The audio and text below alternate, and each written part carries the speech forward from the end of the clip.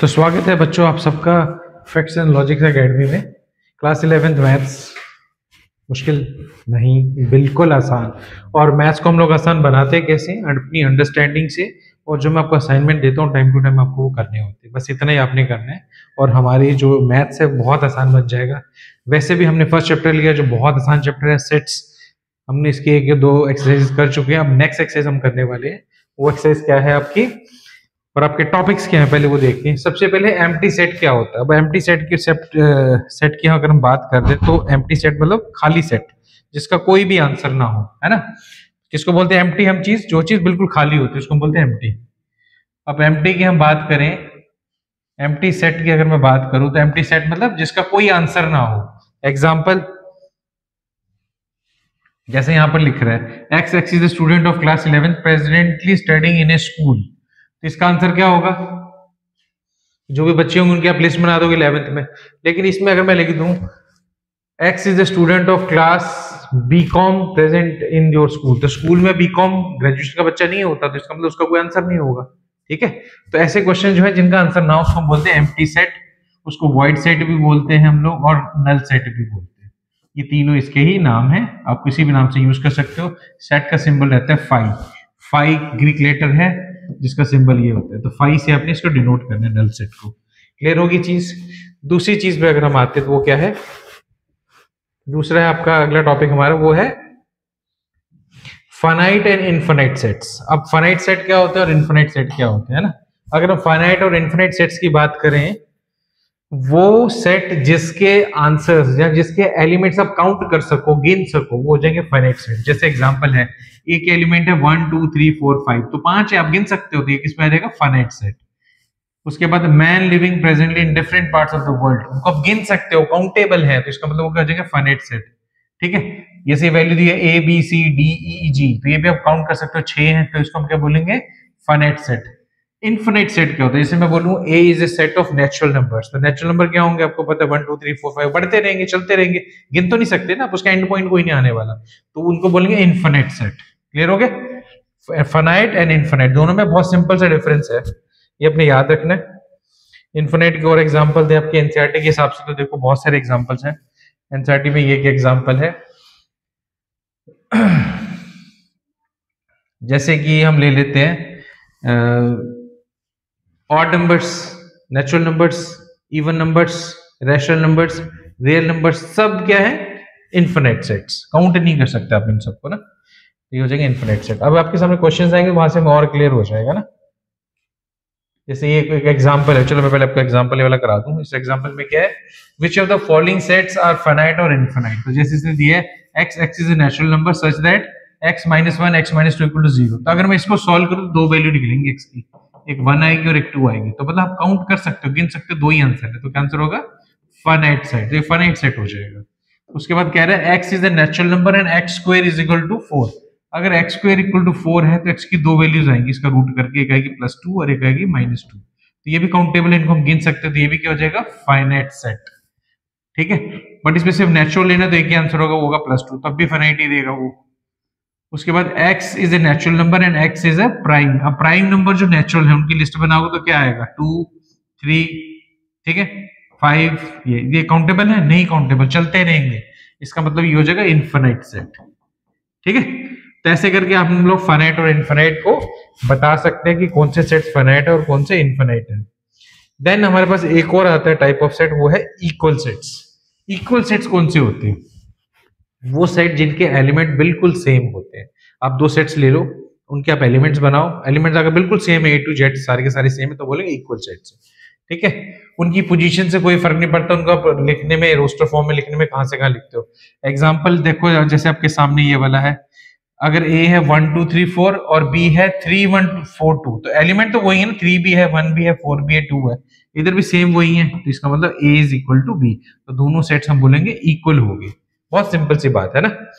जैसे कि ये रहा एक और क्वेश्चन है कि एक सेट है प्राइम नंबर्स का जो लेस देन 6 है, और जो फैक्टर्स ऑफ 30 के वो फैक्टर जो प्राइम नंबर है और लेस देन 6 है, तो क्या आएगा? 2 आएगा, 3 आएगा, 5 आएगा। तो आपके आंसर पास आंसर आने वाला ये वाला, मतलब prime numbers which are less than 6 and they are factors of 30, तो हो जाएंगे 2, 3 एंड 5।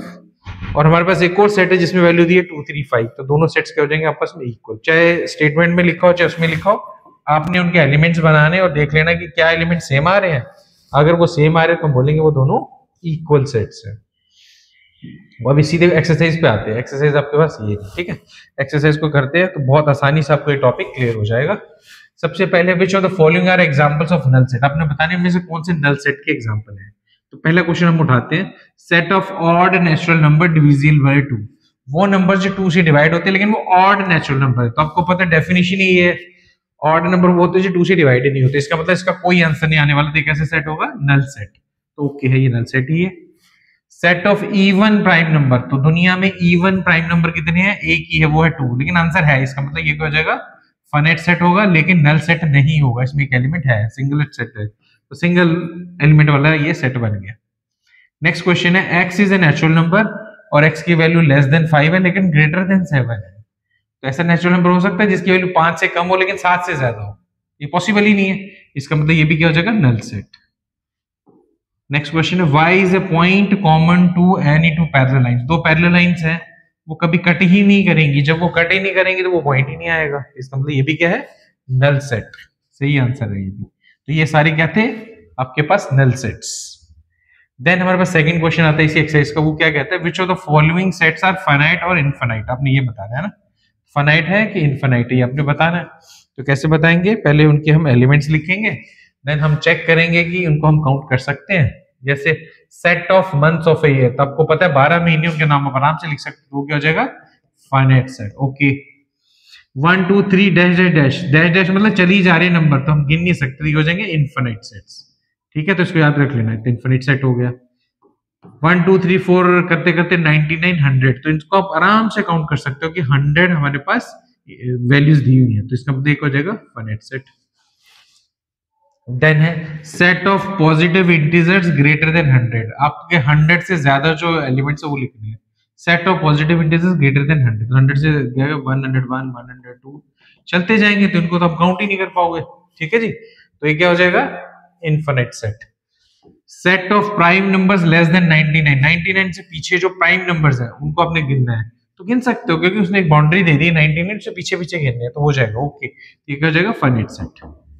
तो इजी है आपके फाइनाइट और इनफिनिट सेट को निकालना, जस्ट अपने एलिमेंट्स लिखने और देख लेना वेदर दे आर काउंटेबल और नॉट काउंटेबल।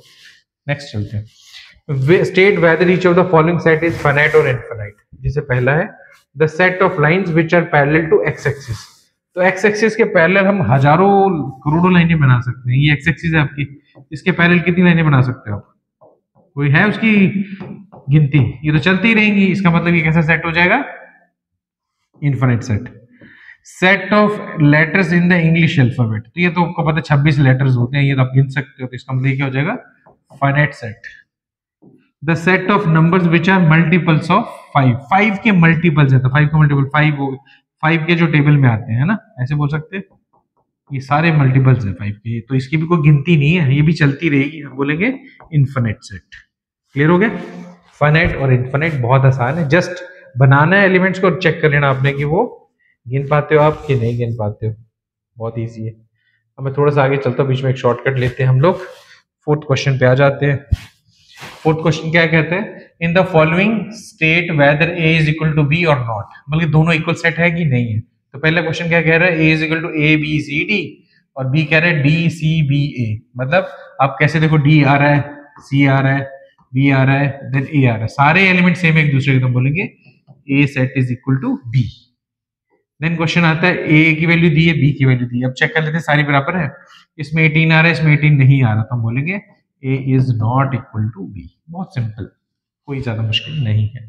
देन ए दिया हुआ है, बी भी दिया हुआ है, ए क्या दिया हुआ है 2 4 6 8 10, इधर क्या कह रहा है बी वाले में, x is positive integer even integer but less than 10, 10 और 10 से कम वाले इवन इंटीजर, तो नेचुरली जब आप इवन नंबर लिखोगे 10 से पीछे क्या आएगा 2 4 6 8 10, इसका मतलब ये क्या हो जाएगा, इक्वल सेट, तो हम बोल सकते हैं A is equal to B third case के अंदर, सिंपल। देन है हमारे पास ए में क्या लिखा है, x इज मल्टीपल ऑफ 10, 10 के टेबल में आने वाले नंबर है 10, देन 20 30 40 50, ये पहले वाले इसके आएंगे, लेकिन बी में उसने क्या दिया, मैं 10 के बाद 15 दे दिया जी, 25 दे दिया, 25 और ये जो नंबर है 10 के टेबल में नहीं आते, इसका मतलब ये इक्वल नहीं है। क्लियर हो गया? मुझे नहीं लग रहा कोई प्रॉब्लम आपको आने वाली है, बहुत आसान है। क्वेश्चन नंबर 5 और 6 आप अपने असाइनमेंट में होमवर्क की तरह कीजिए, कोई प्रॉब्लम नहीं आने वाली, बच्चों वाले क्वेश्चन।